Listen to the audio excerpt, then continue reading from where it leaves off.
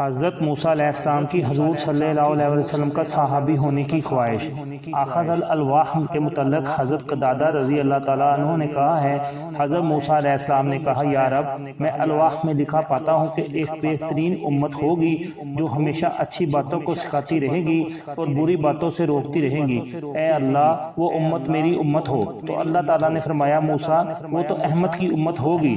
پھر کہا، یا رب، ان الواح سے ایک ایسی امت کا پتہ چلتا ہے جو سب سے آخر میں پیدا ہوگی لیکن جنت میں سب سے پہلے داخل ہوگی۔ اے خدا، وہ میری امت ہو۔ اللہ تعالیٰ نے فرمایا، وہ احمد کی امت ہے۔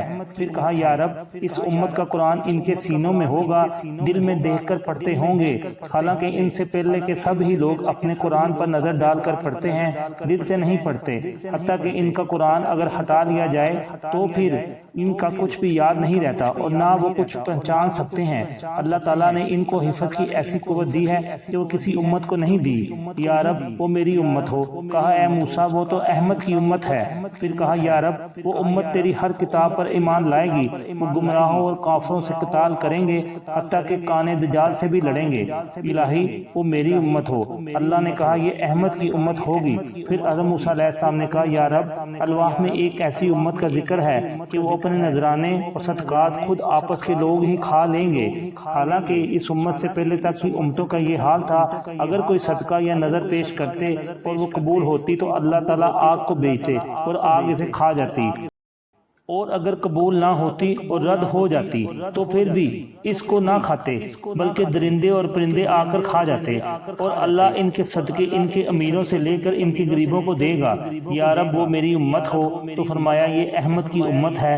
پھر کہا، یا رب، میں الواح میں پاتا ہوں کہ وہ اگر کوئی نیکی کا ارادہ کریں گے لیکن عمل نہ لا سکیں گے پھر بھی ایک ثواب کے حقدار ہو جائیں گے، اور اگر عمل میں لائیں گے تو 10 حصے ثواب ملے گا، بلکہ 700 حصے تک۔ اے خدا، وہ میری امت ہو۔ تو فرمایا، وہ احمد کی امت ہے۔